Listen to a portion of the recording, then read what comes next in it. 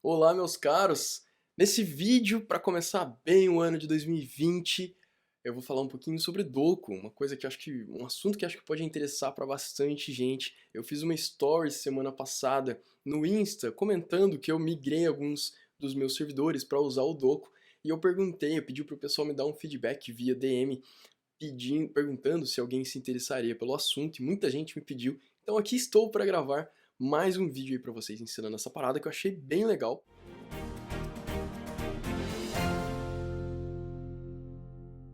O que é esse tal de Doku, né? Deixa eu abrir o site aqui.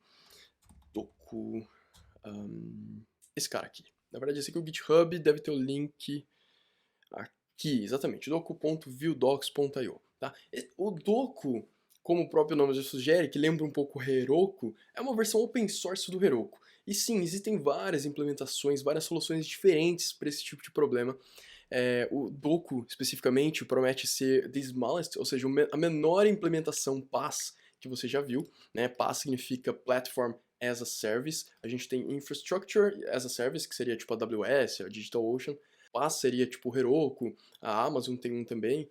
Depois a gente tem o SaaS também, que é Software as a Service, mas o PaaS está ali no meio. Ele é um software, mas você não precisa ir tão baixo nível quanto fazer as coisas tudo na mão, né, com IaaS. Enfim, existem várias formas de fazer. Se você quiser fazer tudo na mão, você pode usar também Kubernetes. Tem N soluções diferentes, mas eu queria te apresentar uma solução muito simples, principalmente se você não quer perder tempo, quer colocar logo a sua aplicação no ar. Você vai ver como é ridiculamente simples utilizando o Doku, até porque ele é muito inspirado no Heroku, que para mim é uma ferramenta sensacional. O grande problema do Heroku é que ele é muito caro. Ele até tem um plano free, mas se você começa a usar um pouquinho aqui, um pouquinho ali, ele já começa a ficar muito caro. Se você coloca dois servidores, duas instâncias rodando, ou mesmo uma instância no nível decente assim, já custa US$ 25. Aí você coloca um banco de dados Postgres, já é mais 7 ou 9. Aí você coloca o Redis, já é mais um tanto. E rapidinho sobe o preço e fica bem caro. Com o Doku você pode ter tudo isso daí num servidor só. E você paga por uma instância só. Então, nesse caso aqui, eu vou utilizar a DigitalOcean, que tem planos bem baratos. Eu vou até usar o plano de US$ 5, que é muito barato, e você consegue colocar tudo junto. Postgres, Redis, tudo em containers. O Doku, por baixo dos panos, ele utiliza Docker, o que é muito legal. Então, você consegue ter controle de tudo também. Você consegue entrar no container se você precisar, você consegue usar os próprios comandos do Docker, apesar de não ser necessário, porque o Doku abstrai tudo isso aí pra gente. Então, beleza, chega de falar, vamos botar a mão na massa, vamos ver como é que faz essa parada. Eu vou aqui selecionar o Ubuntu, tá? A versão mais atual do LTS. Vou colocar no plano mais barato, como eu falei. Vou selecionar a região que está mais perto aqui de mim. E é isso, basicamente. Eu vou renomear, na verdade, o hostname aqui para, deixa eu ver, server do screencast. Pode ser qualquer coisa aqui, na verdade. E criar droplet. Na verdade, não pode ser qualquer coisa, né? Você coloca o nome aí da sua aplicação. Eu acho muito legal esse tipo de uso do Doku. Eu acho que faz muito sentido quando é um projeto paralelo seu, por exemplo. Se for um projeto comercial ou um projeto da empresa que você trabalha, alguma coisa do tipo, talvez faça mais sentido pagar o Heroku, porque realmente é incrível o serviço dos caras, é mais rápido e eles vão manter para você e tudo mais. Então vamos lá, eu vou copiar o IP aqui, vou abrir o meu terminal e vou acessar esse servidor. Vou dar permissão, e aí a gente instala o Doku. Vamos lá na documentação. Na verdade, ali mesmo já tinha, né? Tem algumas formas diferentes de instalar. Essa primeira, que é a recomendada, ele tem esse arquivo bootstrap.sh que vai fazer tudo pra gente. Só que internamente ele vai utilizar o apt-get, né, o apt, o gerenciador de pacotes do Debian, que também é do Ubuntu. Então, tudo que está sendo feito aqui na mão, esse script já vai fazer pra gente. Então eu vou usar esse jeito aqui pelo fato de ser mais fácil. Então eu copio, vou lá no servidor, colo. Esse primeiro comando é muito rápido, porque ele só vai baixar esse arquivinho. E o segundo, sim, demora um pouco mais, porque ele vai instalar as dependências, vai instalar o Docker, vai instalar tudo que a gente precisa, todas as bibliotecas que são necessárias para que ele rode corretamente. Então, enquanto isso, como esse passo aqui demora um pouquinho, eu vou fazer um split aqui no meu terminal, vou para o terminal de baixo e eu vou criar uma aplicação para a gente poder fazer deploy. Então, a gente poderia criar uma aplicação Node.js, a gente poderia criar uma aplicação Rails, poderia ser uma aplicação PHP. Ele tem suporte a todo tipo de aplicação. Pô, Caton, mas todo tipo, cara, não é uma parada open source, não é um projetinho pequeno. Na verdade, até é uma implementação relativamente simples, mas tem uma sacada que eu achei genial. Eles usam os build packs do próprio Heroku. Como são open source, não tem problema. Obrigado, Heroku, por ter disponibilizado eles como open source. Então a gente pode utilizar todos os build packs e assim a gente consegue ter aplicações rodando com PHP, Java, Python, Ruby, Node.js, basicamente qualquer coisa, provavelmente qualquer linguagem ou framework ou ambiente comercial que você conheça vai rodar no Doku, assim como rodaria também no Heroku. Então beleza, vamos criar uma aplicação aqui, vamos criar alguma coisa relacionada com uma livraria, por exemplo, com livros, sei lá. Vou chamar aqui de Bookathon, tá? Sei lá, tipo, misturar book com Katon. E eu vou especificar o banco de dados aqui para ser o Postgres. Inclusive, dá uma olhada aqui em cima, ó, ele está baixando uma imagem do Docker, esse Herokurish, né, que é tipo alguma coisa que simula algumas paradas do Heroku. Mas enfim, só um comentário em paralelo. Vamos criar nossa aplicação aqui então, e eu vou fazer deploy dessa aplicação no domínio bucaton.lucascaton.com.br, tá? Eu vou usar um subdomínio de um domínio que eu já tenho. Inclusive eu estou aqui com o meu gerenciador de DNS, né? Eu utilizo o Cloudflare, pode ser que você utilize outro. Então eu vou criar um registro aqui para ele já ir propagando o DNS, porque às vezes demora um tempinho. Então para a gente não perder muito tempo, eu já vou criar aqui. Eu vou copiar o IP e colar aqui e vou utilizar o nome Bucaton. Ponto, na verdade não precisa de ponto, do tipo Bucaton, o IP tá aqui. Eu não posso deixar o Cloudflare fazendo proxy pra gente, justamente porque a gente precisa colocar, porque eu vou querer colocar SSL, ou seja, vou utilizar um plugin do Let's Encrypt pra gente criar um certificado SSL e ter URLs com HTTPS. Opa, aqui é o Katon e durante a edição desse vídeo eu notei que eu não expliquei direito essa parada do Cloudflare. A gente não pode deixar o proxy, essa opção, né, de fazer proxy marcada, porque se a gente fizer isso, o Cloudflare vai ficar redirecionando todo o request HTTP para o protocolo HTTPS automaticamente. Eu fiz essa configuração no meu Cloudflare.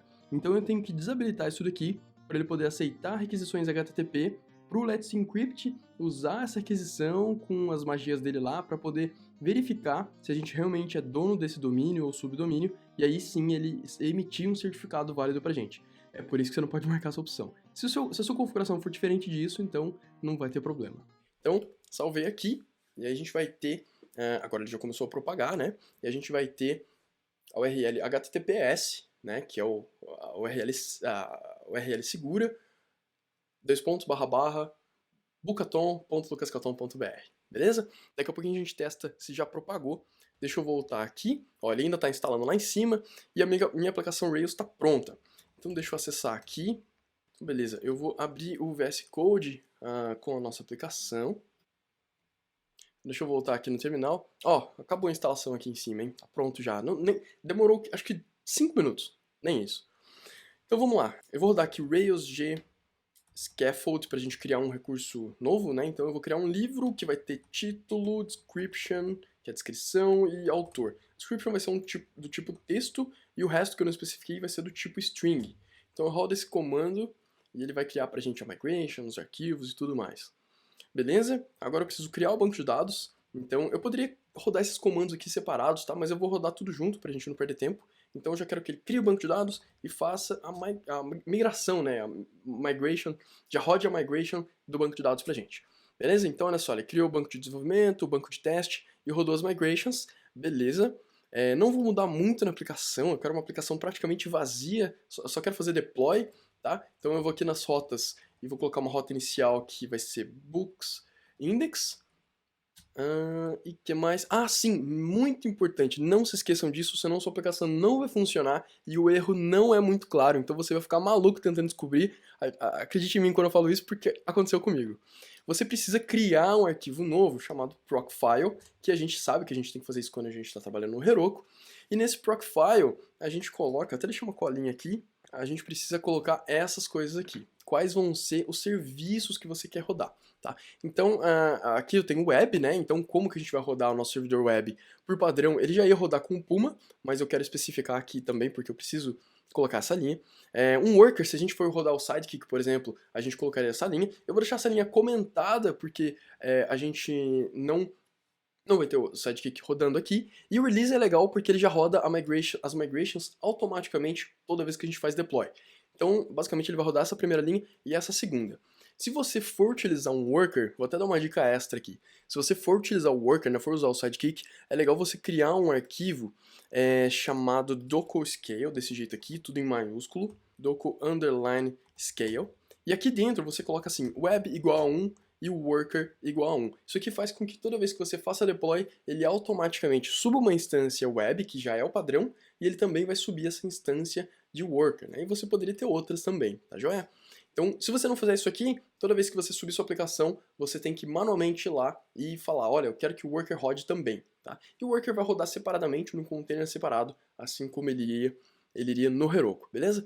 Como a gente não tem, eu vou apagar esse arquivo e deixar comentado aquela linha. Já está comentado, na verdade. Então eu vou salvar, vou fazer um commit dessas alterações que eu fiz, tá? Não vou nem rodar a aplicação porque tá tão simples que eu tô confiante que ela vai funcionar. Não tem muito que ter dado errado aqui, né?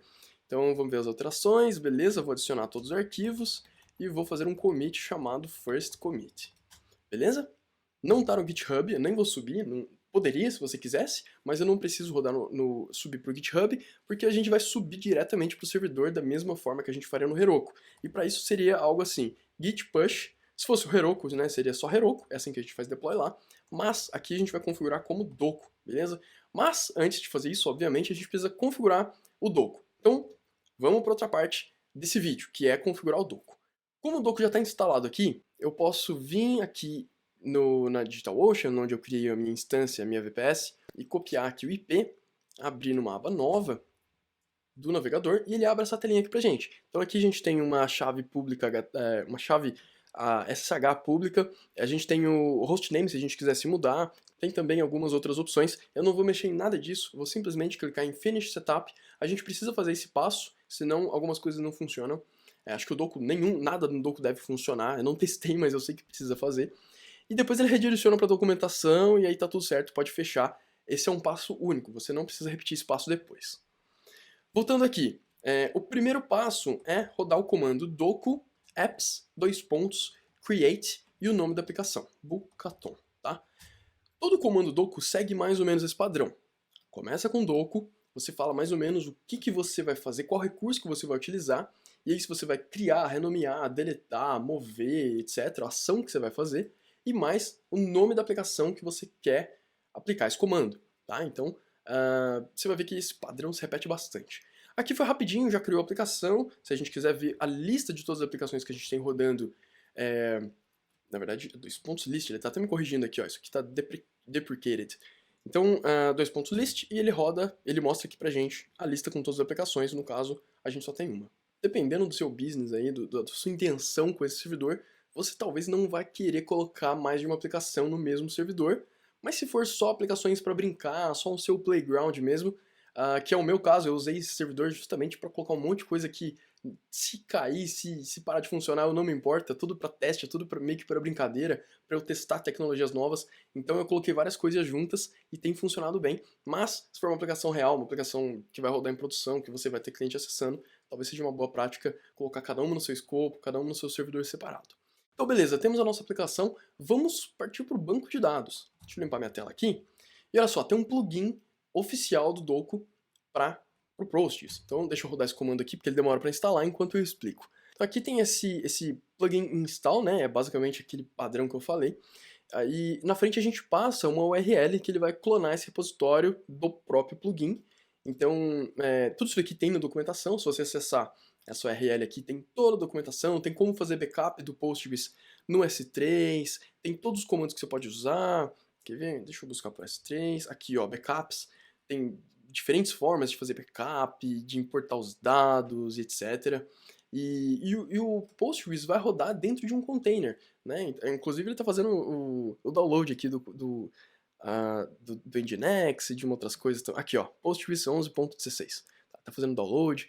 Então, tudo isso aqui é muito fácil da gente customizar se a gente quiser e ter o controle total das coisas que está acontecendo lá, porque é tudo aberto, tudo open source e são containers Dockers no final das contas. Beleza, então instalou aqui. O próximo passo é rodar esse comando doku postgres create, ou seja, ele vai criar o banco de dados. mais o nome do banco, que eu vou chamar de Bucaton_Production. Tudo pronto, esse comando roda bem rapidinho, criou o banco pra gente e inclusive passa algumas informações aqui, como o nome do usuário, a senha, o host que ele vai utilizar aqui depois do arroba, a porta que ele está rodando e o nome do banco. Tá tudo aqui, todas as informações, o IP interno que a gente pode utilizar se a gente quiser e tudo mais, mas a gente não precisa se preocupar com tudo isso. Por quê? Porque tem esse outro comando aqui que faz a mágica pra gente. Então a gente tem um Postgres link onde a gente passa o nome do banco e o nome da nossa aplicação. E olha só o que ele vai fazer. Ele vai basicamente só setar uma variável de ambiente chamada database URL. E lá ele vai setar aquela mesma URL que a gente viu, com a senha, com o hostname, com tudo. E dessa forma, o Rails já consegue conectar no banco, porque a gente está utilizando o build pack do Heroku, que já faz o Rails conseguir ler e conectar no banco de dados através dessa variável aqui. Depois que ele seta essa variável de ambiente aqui, ele faz um segundo passo que é restartar a aplicação. Só que como a gente não fez deploy ainda, ele não vai restartar.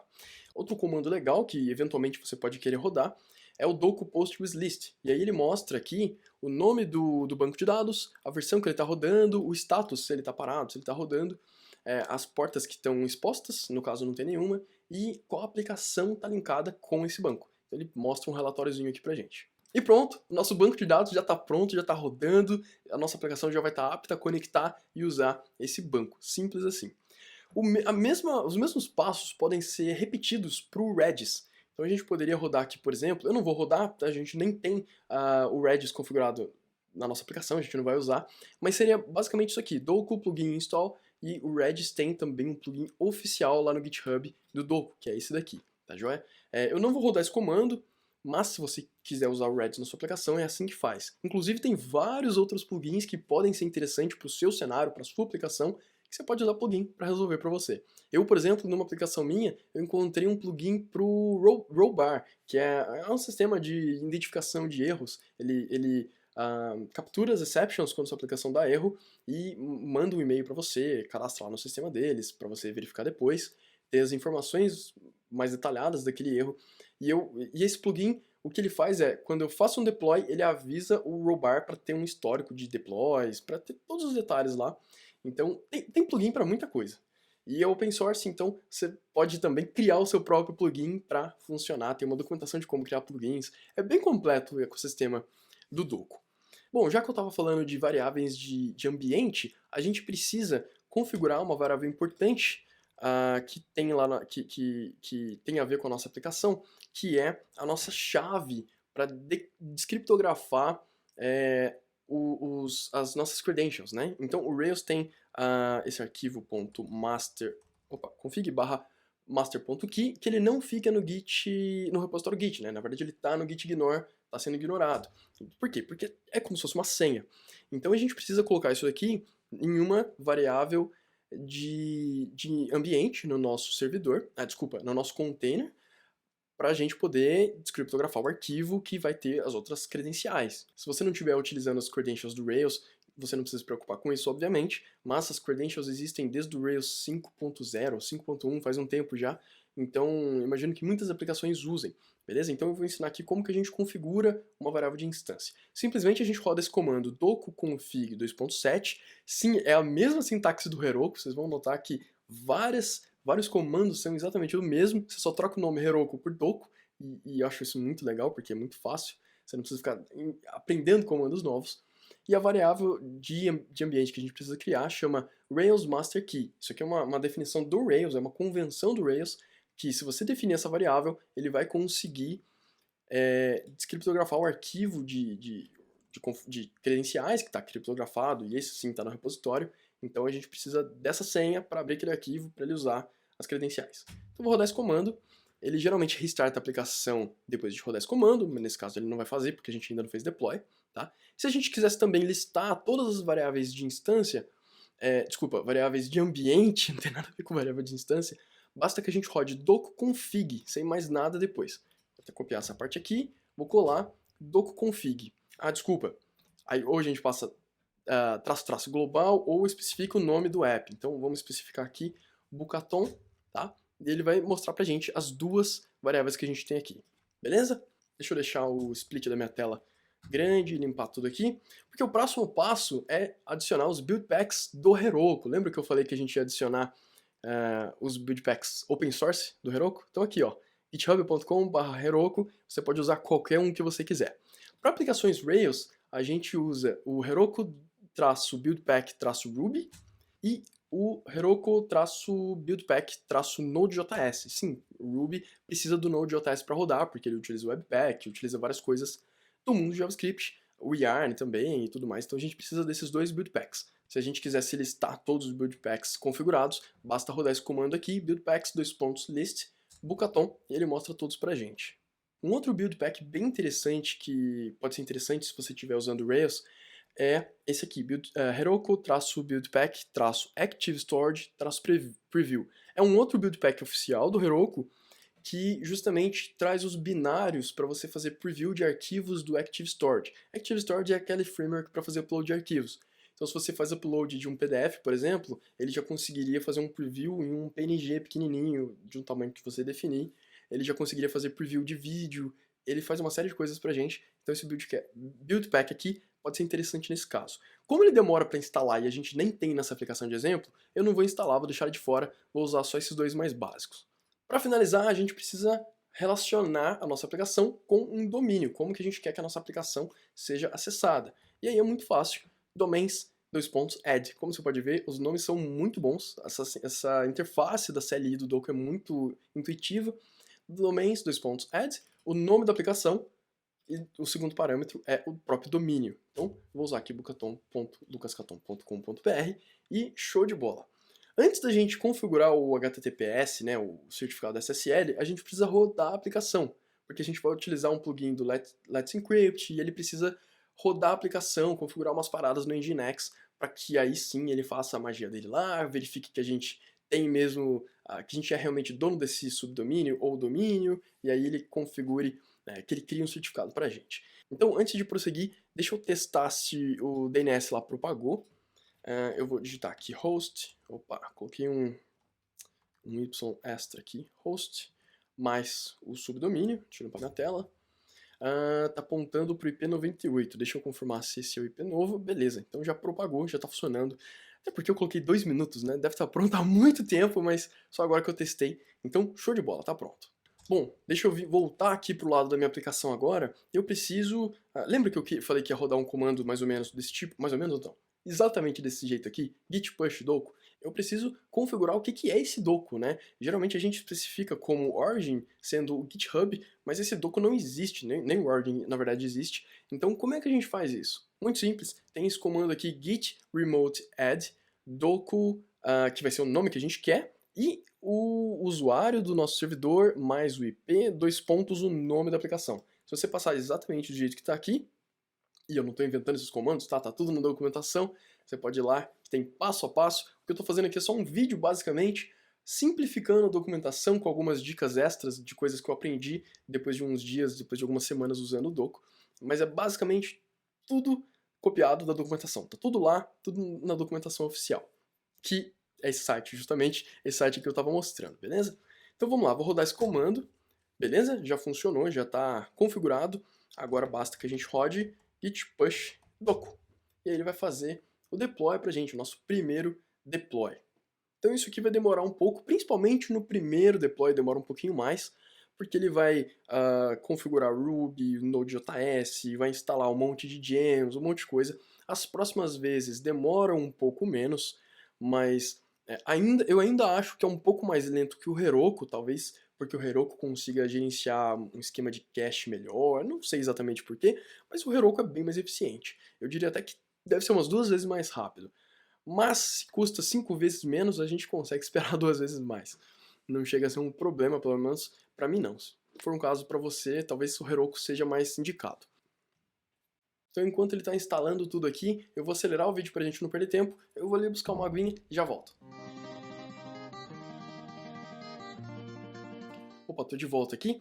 Eu acabei de lembrar que enquanto está instalando, instalando não, enquanto está fazendo deploy, instalando também, né? Enquanto está fazendo toda essa parada aqui no primeiro deploy, eu posso ir adiantando uma coisa. Então deixa eu voltar aqui no servidor, né, que é a meu split de cima aqui do terminal, e a gente pode começar a adicionar o plugin do Let's Encrypt para a gente poder ter SSL enfim, uma URL com HTTPS. Então eu vou mandar ele instalar esse servidor aqui, desculpa, esse plugin aqui, tá? Não deve ser muito grande, eu imagino que ele vai instalar bem rápido. Ó, já instalou, na verdade, já copiou, tá ativando. Não, agora que ele tá baixando. Beleza, ele terminou de instalar aqui, deu certo a instalação, porém deu errado o nosso deploy. Vamos dar uma olhada por que deu errado. Nossa, que engraçado, eu fiz uma aplicação de teste antes de gravar esse vídeo, funcionou perfeitamente. Mas, vocês sabem, né, mundo de programação é assim, você faz uma coisa, funciona, faz de novo, às vezes não funciona. Parece que falhou para construir, ou seja, para buildar uma gem com extensão nativa. Nossa. Opa, Caton aqui de novo durante a edição para fazer mais um adendo.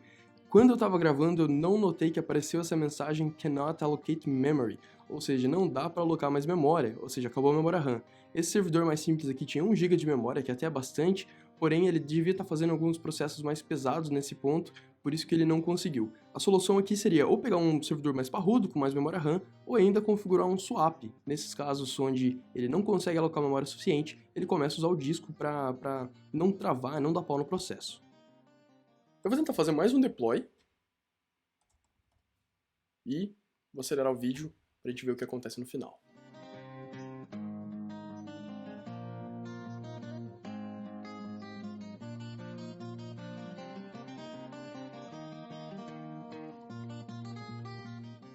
Show de bola, nosso deploy acabou de ser concluído aqui, com sucesso dessa vez. Aqui no final, deixa eu só voltar para mostrar um trechinho. Aqui, olha, rodou release, que a gente colocou lá no nosso Procfile, né, o comando para rodar as migrations, e de fato rodou as migrations, como você pode ver aqui nos logs. Show de bola, era o esperado. Então, beleza, eu vou limpar esse terminal, vou voltar lá pro split do terminal de cima, que é do servidor, e vou começar a configurar o Let's Encrypt, né? Então eu vou configurar essa variável de instância aqui do Let's Encrypt email, vou colocar meu e-mail e setar essa variável para que agora sim eu consiga rodar o comando que de fato vai criar o certificado, que é docu Let's Encrypt mais o nome da aplicação. Então isso aqui roda com algumas verificações lá, ele modifica umas coisas no Nginx para permitir, aqui é o Nginx, para poder permitir que ele verifique que a gente realmente é dono desse domínio, né, desse subdomínio no caso. E aí, olha só, essa é a mensagem que importa. Ó. Então ele fala que ele conseguiu o certificado com sucesso. Então beleza, ele já faz as mudanças necessárias, já coloca já configura o Nginx, né, o arquivo de configuração do Nginx para apontar para o arquivo de configuração, o arquivo do certificado. Ele faz tudo pra gente, basicamente, e acabou aqui e tá pronto. A gente já tem SSL. É bem mágico a parada mesmo. Para testar, vamos então abrir aqui, deixa eu fechar essas coisas que eu estava pesquisando. Vamos rodar aqui bucaton.lucascaton.com.br, cruza o dedo e... Tcharam! Nossa aplicação no ar rodando, vou dar um zoom aqui. Vamos tentar criar aqui um título, aqui ó, primeiro livro, a descrição, primeira descrição, bem tosco mesmo, bem simples. Descrição, autor Lucas Caton e criar livro. Só pra gente testar a conexão com o banco, se tá salvando direitinho. Show de bola, tudo perfeito, funcionando. Vamos conferir se esse dado realmente está aparecendo no banco? Vamos lá. É legal que eu até posso te ensinar 2 comandos de uma vez. Um é como acessar o Rails Console em produção, muito simples. A gente pode usar docu run, o nome da aplicação, e o que você quer rodar dentro do container. Esse run significa tudo que eu digitar daqui para frente, passa o comando lá para dentro desse container aqui, no caso da nossa aplicação, né, do nosso Bucaton. Então vamos lá, ele vai rodar aqui Rails C, e aí eu consigo confirmar. E se eu quisesse acessar o banco de dados, eu poderia rodar RailsDB, mesma coisa. A única diferença é que ele vai pedir a senha do banco, porque a senha do banco não está no host, né? A senha só está compartilhada com quem está dentro do container por questões de segurança. Mas a gente consegue pegar a senha e testar manualmente também. Então vamos lá, vamos fazer um book.count, vai retornar 1, e se retornar o último registro criado, é justamente aquele primeiro livro, primeira descrição que eu coloquei lá. Show de bola! Antes de rodar o DB, eu preciso da senha, então vamos rodar aqui docu config para eu copiar a senha. Opa, faltou o nome da aplicação, então, Bokaton. A senha é isso aqui, ó. É o que vem antes, aliás, deixa eu ver, tem um, dois, ah não, dois pontos tá aqui. Ah tá, o nome do usuário é Postgres, tá certo. Tudo isso daqui é senha mesmo. Então, copiei, aí eu rodo aquele comando do Rails, cadê? Com DB no final, ele vai fazer uma tentativa de conexão, vai pedir a senha pra gente, basta que eu cole a senha, aperte Enter, e beleza, estamos no console do Postgres. Então até que eu posso verificar as tabelas, posso fazer um select all from books, e ele vai me listar justamente o único registro que eu tenho aqui, e tudo perfeitamente funcionando. Pô, Caton, mas e se eu quisesse acompanhar os logs? Mesma coisa, também existe um comando para isso, que é logs, docu logs, aí o nome da aplicação, então, Caton, e você também pode colocar um "-t" para ele, opa, que eu coloquei errado, eu tô dentro do console do Postgres, eu esqueci de sair, legal, agora sim, docu logs, deixa eu limpar minha tela aqui, Bokaton -t. Agora sim ele vai mostrar os logs em tempo real. Então olha só, eu vou colocar o meu terminal do lado esquerdo, vou limpar a tela e vou mover o meu browser, o meu navegador, para o lado direito, só para a gente acompanhar em tempo real. Ó. Eu vou clicando aqui e ele vai mostrando ali para mim o que está acontecendo. Então de fato está funcionando. E uma dica extra ainda, se você não quisesse ficar rodando esses comandos, tanto do Rails C, né, do Rails Console, quanto dos logs, tudo isso daqui, você consegue rodar diretamente da sua máquina. Ou seja, você não precisa conectar lá no servidor. Você pode vir aqui, rodar docu, run, blá blá blá. Pô, Caton, mas como é que isso aí funciona? Basicamente você instala um cliente do docu. Lá na documentação tem vários exemplos. Inclusive tem uns 3 que são feitos em Ruby. Vamos lá, documentação. Deixa eu ver se tem uma busca aqui. Bom, não tem uma busca, sacanagem, mas tudo bem, a gente digita na busca do navegador mesmo. Aqui ó, clients. E eu utilizo esse aqui, ó, docu CLI. É uma gem, tá? São várias implementações diferentes, são vários clientes. Tem feito em JavaScript, tem feito em Python, tem feito em Bash. Você usa o que você gostar mais. Eu gostei bastante esse aqui. Eu peguei para testar e funcionou bem, então eu não troquei, não testei outros. Mas esse aqui eu posso te garantir que funciona legal. Esse docu-CLI, essa gem. Aí ele permite, né, você rodar comandos da mesma forma. E como é que ele conecta? Como é que ele sabe? E na verdade tem até uma facilidade, você não precisa especificar o nome da aplicação, porque ele vai pegar justamente o seu repositório do Git, né? Se você olhar internamente nesse arquivo git-config, tem lá qual que é o nosso docu remoto, e aí ele sabe que esse é o IP, sabe que essa enfim, o usuário que precisa acessar e tudo mais, é desse jeito que ele se conecta no servidor. Beleza? E aí você não precisa ficar conectando para rodar os comandos, isso facilita muito a vida. Além disso, aqui na documentação oficial tem uma série de coisas, né? Como, por exemplo, configurar coisas no cron job. Você pode configurar até mesmo o Let's Encrypt. Vamos supor que... vamos supor não, provavelmente você vai querer fazer isso, né? Você vai querer que ele renove o certificado a cada 2, 3 meses. Eu não sei exatamente quanto tempo ele dura. Vamos dar uma olhada aqui. Mas você não quer que ele vença, né? Eu acho que são 3 de abril, hoje é dia 4 de janeiro, então são 3 meses, tá? Então você provavelmente vai colocar lá, talvez não no limite, assim, mas sei lá, a cada 2 meses para ele rodar aquele comando para renovar o certificado SSL. E na documentação tem tudo isso. Bom, eu vou deixar uma lista de todos os comandos que a gente foi executando aqui, tanto no servidor quanto para criar a aplicação. Eu vou deixar uma lista de todos os comandos num post que eu vou criar no meu site para colocar esse vídeo. Agora, se você estiver assistindo esse vídeo no YouTube ou em algum outro lugar, eu vou deixar um link aqui na descrição com o link que vai para esse post onde tem todos os comandos. Então é isso, meus caros. Espero muito que vocês tenham gostado.